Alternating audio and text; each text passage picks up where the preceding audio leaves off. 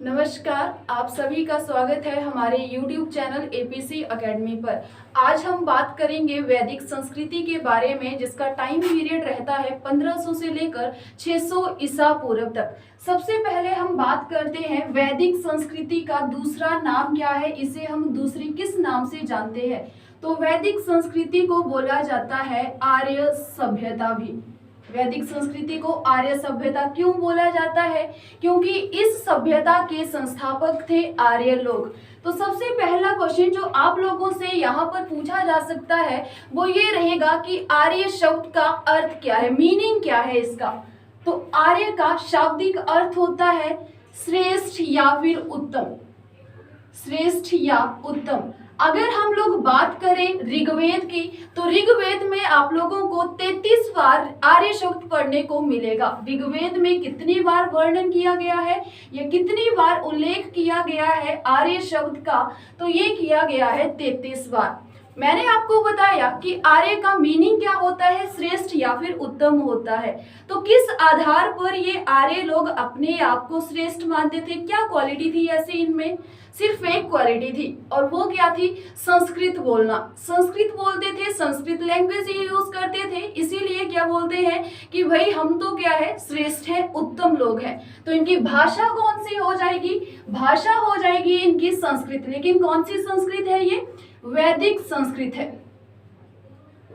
वैदिक संस्कृत है। ठीक है। अब नेक्स्ट पॉइंट आप लोगों को यहाँ पर ध्यान रखना है कि हमने बोल तो दिया कि भाषा संस्कृत है, लेकिन कई बार संस्कृत ऑप्शन में मिलेगा ही नहीं आपको। वहां पर मिलता है भारोपीय भाषा। भारोपीय भाषा क्या मतलब हुआ अब इस भारोपीय भाषा का? कि इनकी जो भाषा है वो है भारोपीय परिवार की, यानी कि हिंद और यूरोपीय भाषा का मिश्रित रूप है। साइड में आप लोग की पॉइंट बनाकर यहाँ पर नोट कर सकते हैं कि विलियम जोन्स ने, नाम तो सुना होगा आप लोगों ने, विलियम जोन्स, जिन्होंने एशियाटिक सोसाइटी ऑफ बंगाल की स्थापना की। सबसे पहले विलियम जोन्स ने ये बताया कि जो वैदिक संस्कृत भाषा है या वैदिक संस्कृत भाषा है, उसकी उत्पत्ति हुई है इसी भारोपीय भाषा से। ठीक है। तो इसीलिए वैदिक संस्कृति को किस कैटेगरी में रखा जाता है? भारोपीय भाषा की कैटेगरी में रखा जाता है। ठीक है। नेक्स्ट पॉइंट आप लोगों ने आर्य लोगों के बारे में ये ध्यान रखना है कि आर्य लोग भारत के नहीं थे, ये थे विदेशी लोग। ठीक है। किसी दूसरी धरती से आए थे।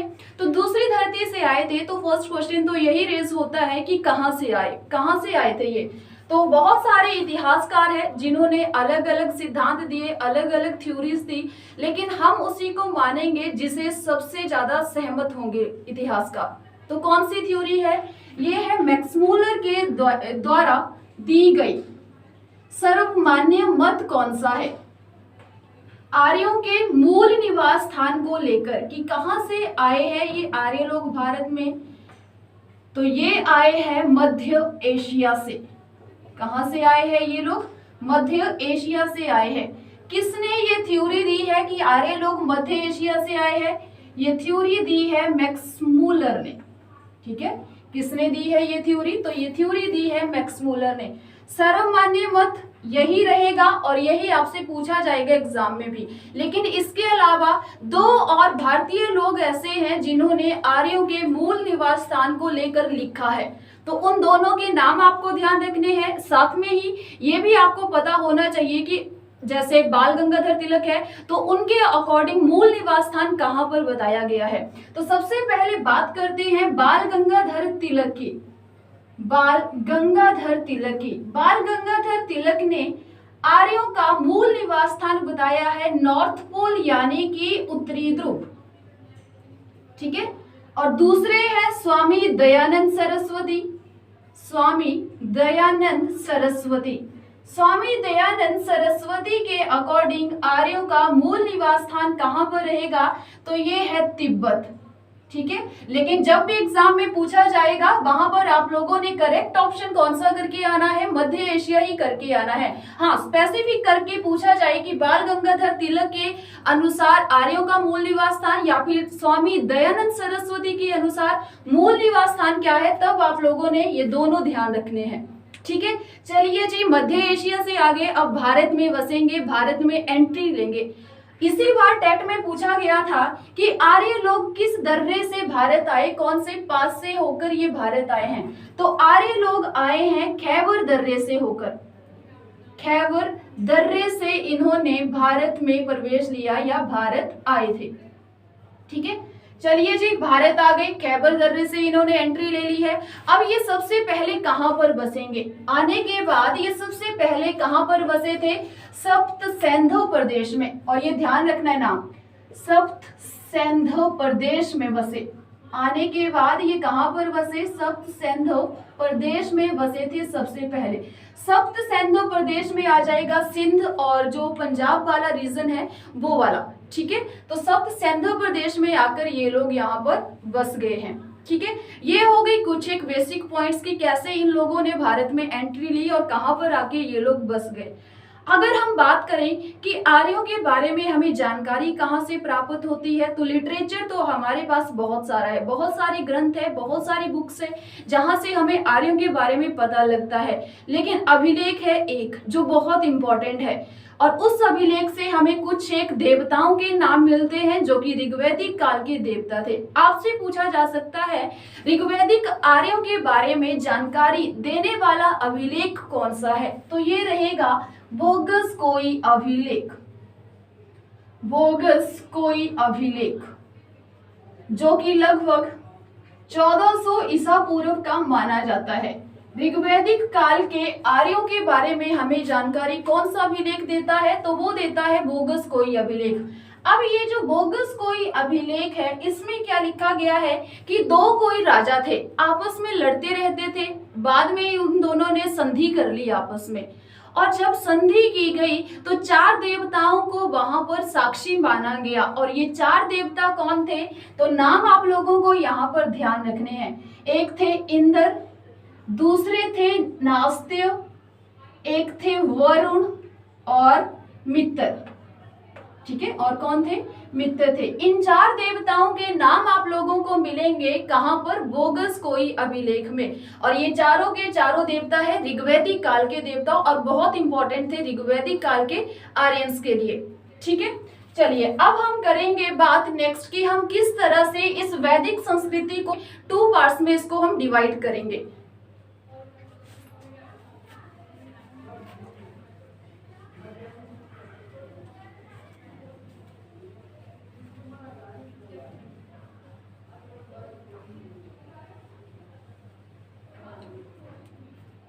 अब हम वैदिक संस्कृति को 2 भागों में डिवाइड कर देंगे। एक को बोला जाएगा ऋग्वैदिक काल, ऋग्वैदिक काल, दूसरे को बोला जाएगा उत्तर वैदिक काल, उत्तर वैदिक काल। ठीक है, अब टाइम पीरियड कैसे रहेगा, तो ऋग्वैदिक काल की बात करें 1500 ईसा पूर्व से स्टार्ट होकर 1000 ईसा पूर्व तक। ठीक है, और यहीं से लेटर वैदिक शुरू, यानी कि 1000 ईसा पूर्व से लेकर 600 ईसा पूर्व तक। ठीक है, अब जो ये आर्य लोग थे इन्होंने भारत में आकर बहुत सारा लिटरेचर लिखा है, बहुत सारा साहित्य इन्होंने लिखा। जैसे कि सबसे पहले लिखे 4 वेद। ठीक है, 4 वेद लिखे, ब्राह्मण ग्रंथ लिखे, अरण्यक ग्रंथ लिखे, उपनिषद लिखे।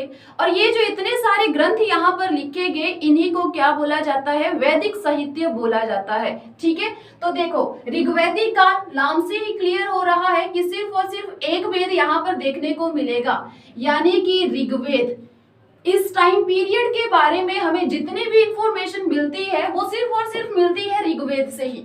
ठीक है, दूसरा है लेटर वैदिक पीरियड। यहाँ पर लिखे जाएंगे बचे हुए 3 वेद, कुल 4 वेद है, एक तो यहाँ पर हो गया, तो बचे हुए 3 वेद आ गए आपके लेटर वैदिक पीरियड में। ठीक है, इसके बाद लिखे जाएंगे ब्राह्मण ग्रंथ, ब्राह्मण ग्रंथ, और इसके बाद लिखे जाएंगे अरण्यक ग्रंथ, और लास्ट में लिखे जाएंगे उपनिषद।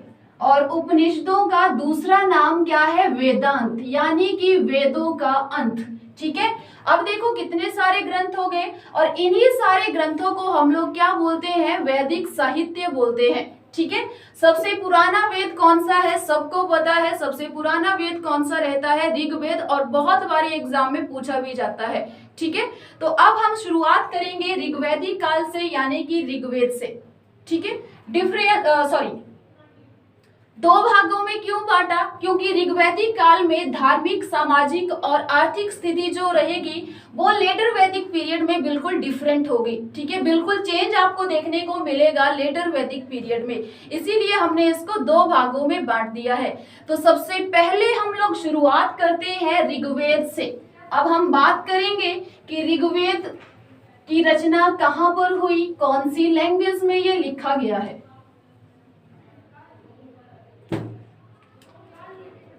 नेक्स्ट है ऋग्वेद।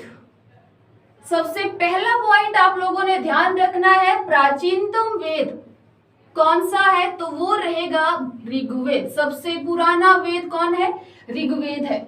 कौन सी लैंग्वेज में इस वेद को लिखा गया है, भाषा कौन सी रहेगी, तो वो रहेगी संस्कृत। कौन सी भाषा थी, तो भाषा थी संस्कृत। कहां पर इस ऋग्वेद की रचना की गई है, तो ऋग्वेद की रचना की गई है सरस्वती नदी के तट पर, और कई बार ऑप्शन में मिलता है सप्त सिंधु प्रदेश भी।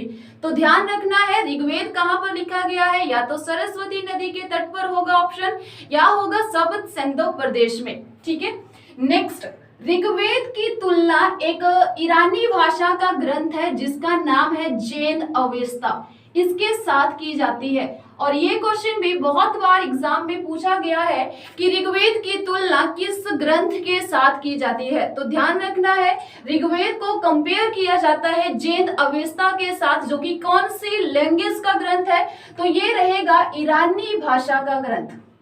कौन सी भाषा का ग्रंथ है ये, तो ये है ईरानी भाषा का ग्रंथ। देखो, जब भी हम कोई बुक लेते हैं तो उसमें आपने देखा होगा चैप्टर को डिवाइड किया होता है, अलग अलग सेक्शन बनाए होते हैं। तो ठीक उसी तरह से हमारा जो ऋग्वेद है ना, इसको भी डिवाइड किया गया है। इसके है 10 पार्ट्स, 10 भाग है, लेकिन हम लोग यहाँ पर उन्हें भाग नहीं बोलेंगे। कौन सा वर्ड यूज किया जाएगा, मंडल वर्ड यहाँ पर यूज किया जाएगा। ठीक है, तो ऋग्वेद में कुल कितने मंडल है, तो आपने ध्यान रखना है 10 मंडल है। मंडल कितने हैं, 10 है। फिर आप लोग ध्यान रखोगे इनमें सूक्तों की संख्या कितनी है, 1028। ऋग्वेद में सूक्त कितने हैं, तो वो है 1028 सूक्त है। ठीक है, अब इन 10 मंडलों की अगर हम बात करें तो जब हम कोई बुक खरीदते हैं तो ऐसा तो नहीं होता है कि जो फर्स्ट चैप्टर है वो सबसे पहले लिखा होगा, सेकंड वाला सेकंड पर लिखा होगा, ऐसा तो नहीं होता है।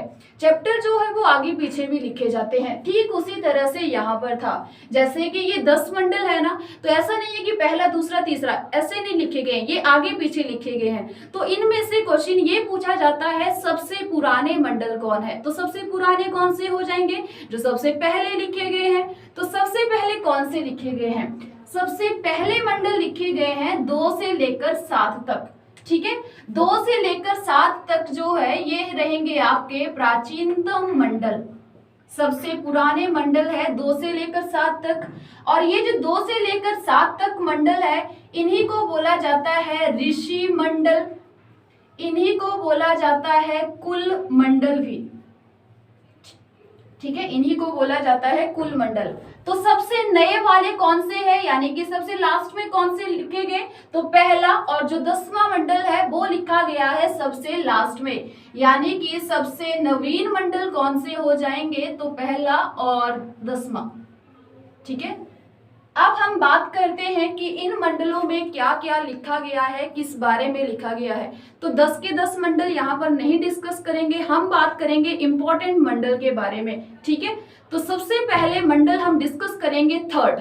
ठीक है, तीसरा मंडल। तीसरे मंडल से हम लोगों को कौन सी जानकारी मिलती है या क्या लिखा गया है इस तीसरे मंडल में, तो जो तीसरा मंडल है इसके रचनाकार माने जाते हैं विश्वामित्र। किसने लिखा है तीसरा मंडल, तो तीसरा मंडल लिखा है विश्वामित्र ने। ये बात भी ध्यान रखनी है कि जितने भी मंडल है वो अलग अलग ऋषियों के द्वारा लिखे गए हैं, ऐसा नहीं है कि एक ही ऋषि ने सारे मंडल लिख दिए। ठीक है, तो तीसरा लिखा गया है विश्वामित्र के द्वारा, और इसी मंडल में क्या दिया गया है, गायत्री मंत्र। बहुत बार पूछा जाता है इसी में दिया गया है गायत्री मंत्र। और ये जो गायत्री मंत्र है ये समर्पित किसे डेडिकेट किया गया है, तो सावित्री देवी को, सबृत भी बोलते हैं या सावित्री या सबृत को डेडिकेट किया गया है, ये समर्पित किया गया है। अब ये जो सावित्री है ये मानी जाती है सूर्य का रूप मानी जाती है। इसीलिए तो कई बार ऑप्शन में सावित्री की जगह क्या मिलता है, सूर्य भी मिलता है, कि जो गायत्री मंत्र है वो किसे समर्पित किया गया है, सावित्री देवी या सूर्य देवता को। ठीक है, तो तीसरे मंडल में सबसे इंपॉर्टेंट बात कौन सी रहेगी, तो वो रहेगा गायत्री मंत्र। नेक्स्ट हम बात करते हैं फोर्थ मंडल के बारे में। तो जो चौथा मंडल है ये है आपका कृषि से संबंधित। तो कृषि संबंधित शब्दावली कहाँ पर दी गई है, तो चौथे मंडल में। हालांकि अगर हम बात करें ऋग्वैदिक काल के आर्य लोगों के बारे में तो ये खेती कम करते थे, कृषि कम करते थे, ज्यादातर इनका फोकस रहता था पशुपालन के ऊपर। लेकिन फिर भी कुछ एक ऐसी टर्म्स है जो कि हमें ऋग्वेद में मिलती है। तो कृषि संबंधित शब्दावली कौन से मंडल में दी गई है, चौथे मंडल में दी गई है। नेक्स्ट इंपॉर्टेंट है सातवां मंडल, और इसमें है दशराज्ञ का वर्णन। अब ये क्या है दशराज्ञ, और ये सीधा क्वेश्चन पूछा गया है दशराज्ञ का मतलब क्या है। तो दशराज्ञ था 10 राजाओं के बीच में युद्ध। क्या था दशराज्ञ, 10 राजाओं के बीच में युद्ध हुआ था और उसी का वर्णन किया गया है ऋग्वेद के 10वें मंडल में। तो किसके बीच में हुआ था ये दशराज्ञ युद्ध, तो देखो एक साइड थे राजा सुदास, जो कि भरत जन के थे। एक साइड थे कौन, राजा सुदास, और ये जो सुदास थे ये थे भरत जन के। और दूसरी साइड कौन थे, 10 जनजातियां। ठीक है, दूसरी साइड थी 10 जनजातियां, और 10 जनजातियों में भी 5 प्रमुख जन थे और 5 थी अन्य। 5 प्रमुख जन हुआ करते थे और 5 अन्य जनजातियों को यहाँ पर इन्वॉल्व किया गया था। तो राजा सुदास जो थे इनके पुरोहित हुआ करते थे ऋषि वशिष्ठ, जबकि जो ये 10 जनजातियां थी इनके पुरोहित कौन थे, विश्वामित्र हुआ करते थे। इनके पुरोहित कौन थे, तो वो थे विश्वामित्र। अब इन दोनों पक्षों के बीच में ये जो युद्ध हुआ था इसका कारण क्या था, तो कारण बताया जाता है कि जो राजा सुदास थे ना, इनके पहले पुरोहित हुआ करते थे विश्वामित्र, और सुदास ने क्या किया, विश्वामित्र को हटाकर अपना पुरोहित किसे बना लिया, वशिष्ठ को बना लिया था। और इसी वजह से नाराज होकर विश्वामित्र ने उस टाइम के जो 5 प्रमुख जन होते थे और जो 5 अन्य जनजातियां थी उनको इकट्ठा किया और अटैक कर दिया सुदास के ऊपर। और दोनों पक्षों के बीच में ये जो युद्ध हुआ है वो हुआ है कौन सी नदी के तट पर, रावी नदी के तट पर। और रावी नदी का वैदिक नाम क्या है, पुरुषनी। तो यानी कि पुरुषनी नदी के तट पर हुआ है ये युद्ध। ठीक है, और इस युद्ध में जीत हुई थी राजा सुदास की और वो बन गए थे ऋग्वैदिक काल के सबसे शक्तिशाली राजा। ठीक है, ये हो गया 7वां मंडल। नेक्स्ट हम बात करते हैं 9वें मंडल में क्या दिया गया है।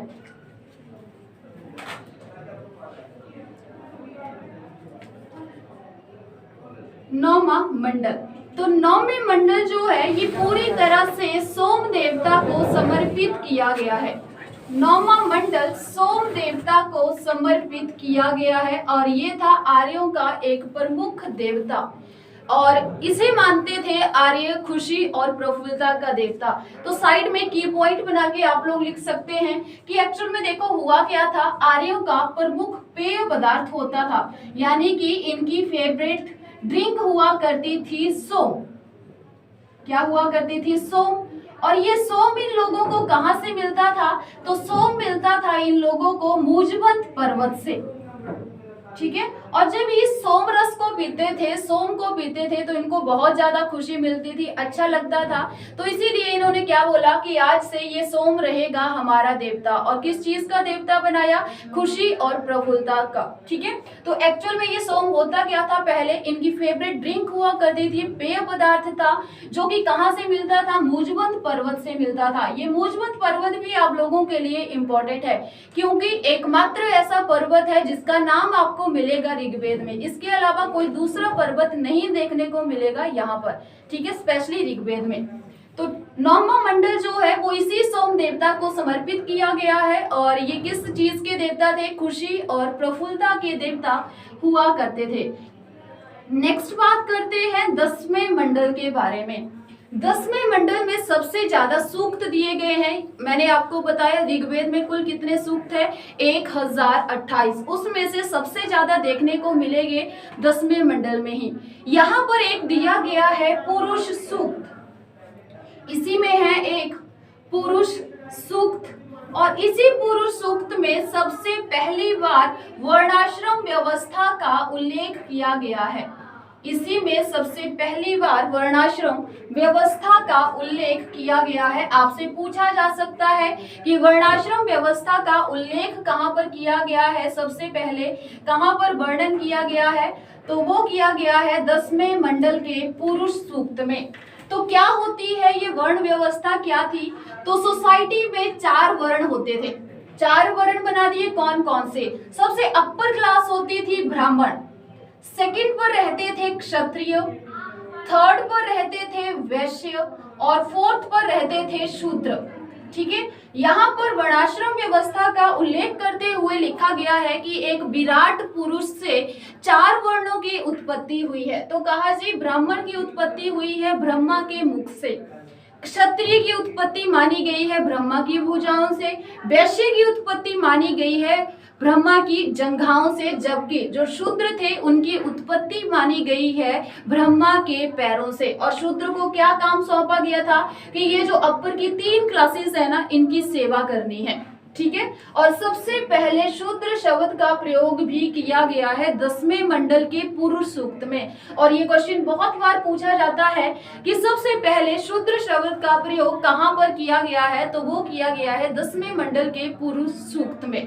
तो ये थे ऋग्वेद के 10 मंडल, जिसमें से हमने किए हैं कुछ एक इम्पोर्टेंट। अगर आप लोगों को हमारा आज का लेक्चर अच्छा लगा हो तो लाइक करें, शेयर करें और सब्सक्राइब करें हमारे YouTube चैनल APC Academy को। Thank you.